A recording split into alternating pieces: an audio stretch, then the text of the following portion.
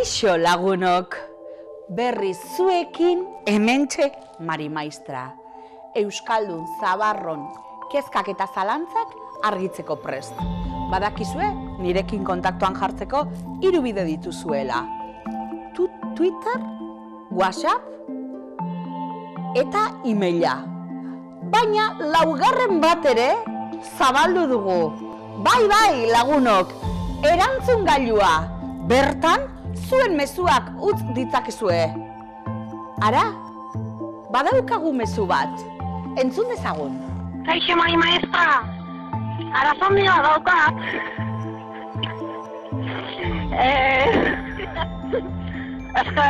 Erlaki erabiltzen jota eta jeleta.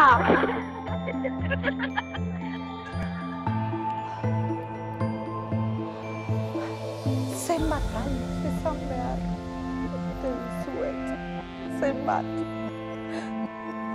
Zuen izena esan behar didazue!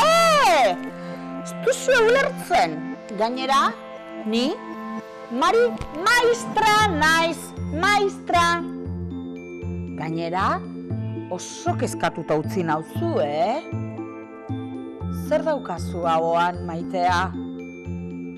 Vegetazioak? Joan zara medikuarenera? Nik begiratuko nuke hori, ez dakiz zer gertatzen zaizuna hotxean eta agian zerbait larria da. Bai, larria. Zuk daukazun arazoa bezain larria. J eta G zer da hori? J eta G? J? Hauxe da.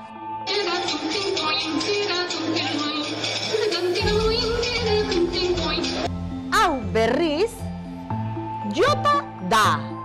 Jota. Izki honen izena jota da. Eta bere ahoskera zaindua Jan, Joan, Jakin, Jantzi, Justu. Badakit eskualde batzuetan jota oskatzen dena kalean. Hori ere ondo dago, baina goi mailako ahoskerarako jota erabiliko dugu. Bai, badaude salbuespentxo batzuk, eta bokal artean jota ere erabil dezakegu. Aje, paraje, hijito, bai lagunok, horrela. Jota, dantza. Jota, euskalizkia. Ta bestea, zuk G esan diozuna, G da. Bere izena, G da. Ogia, argia, aitaginarreba, goragalea, iwin, otorrinolaringologoa, geologia, geografia, bai, eta nahiko. Kontuan izan, hau hizkera zaindurako dela, bai, baina letra honen izena G da. Eta ez ahaztu, giroa da, eta ez giroa. Ai, txirrindularitzak zenbat kalte egin duen.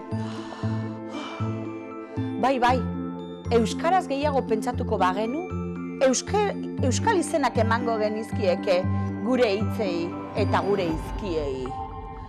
Beraz, badakizue, euskararik onena hitz egiten dena dela. Jota, jota, G, G esan arren. Bai lagunok. Hurrengora arte maitiok. Eta itxaskia jan behar baduzu, kontuz. Amama, gamba, janda junda.